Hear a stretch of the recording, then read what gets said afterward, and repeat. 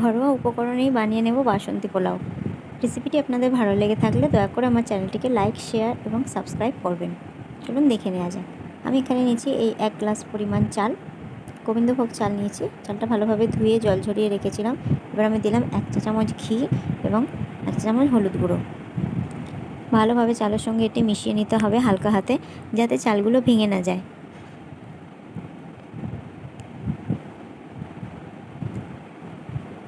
আমি এখানে আরেকটু হলুদ গুঁড়ো দিলাম, আপনাদের প্রয়োজন হলে আপনারাও আরেকটু দিতে পারেন। ভালোভাবে চালের সঙ্গে মিশিয়ে নেওয়ার পরে আমি এখানে দিয়ে দিচ্ছি 1 টেবিল চামচ আদা বাটা এবং কাশ্মীরি লঙ্কার বাটা। আমি কাশ্মীরি লঙ্কা বাটাটা রঙের জন্য ব্যবহার করেছি, আপনারা চাইলে নাও ব্যবহার করতে পারেন। ভালোভাবে চালের সঙ্গে আদা ও লঙ্কা বাটাটাকে মিশিয়ে নেব।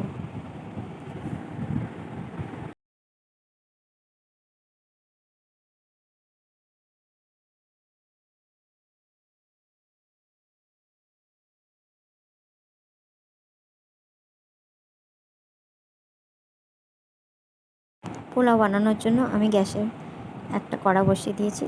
তার মধ্যে আমি দিয়ে দেবো 1 চা চামচ ঘি এবং 2 টেবিল চামচ সাদা তেল। আপনারা চাইলে পুরো রান্নাটি ঘিতেও করতে পারেন, আমি এখানে দুটো মিশিয়েই ব্যবহার করেছি। পোলাও তৈরি করার জন্য আমি এখানে কয়েকটা কাজু বাদাম ভেজে নেব। কাজু বাদামগুলো হালকা বাদামিভাবে ভেজে নেবেন।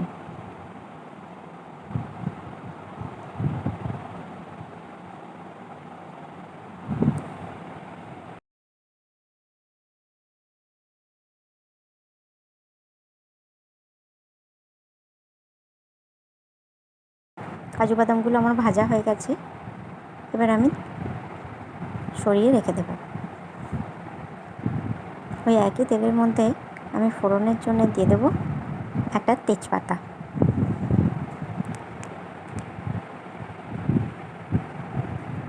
এবং দিয়ে দেবো 1/2 ইঞ্চি পরিমাণে 2 টুকরো দারচিনি, আর দিয়ে দেবো 2টো ছোটো এলাচ।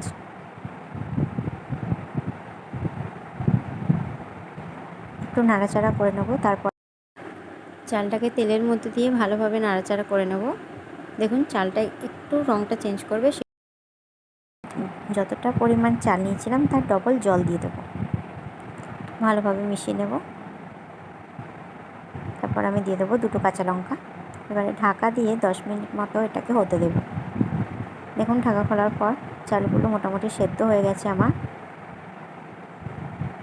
এবার আমি দিয়ে দেবো 5 চামচ চিনি।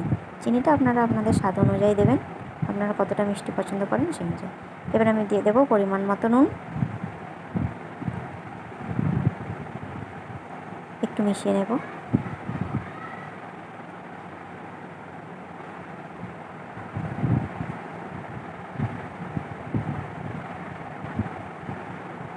তারপরে আমি ভেজে রাখা কাজু বাদামগুলোও দিয়ে দেবো।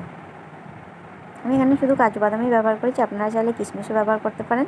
আমার ঘরে ছিল না তাই আমি ব্যবহার করিনি।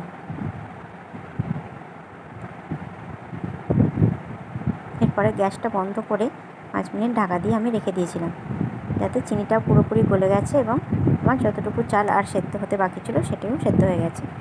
দেখুন পোলাওটা কি সুন্দর ঝরঝরে হয়েছে। বাসন্তী পোলাওটি আলুর দম, মাংস, পনির বিভিন্ন কিছুর সঙ্গে পরিবেশন করা যেতে পারে। খুবই ভালো লাগে এটি খেতে।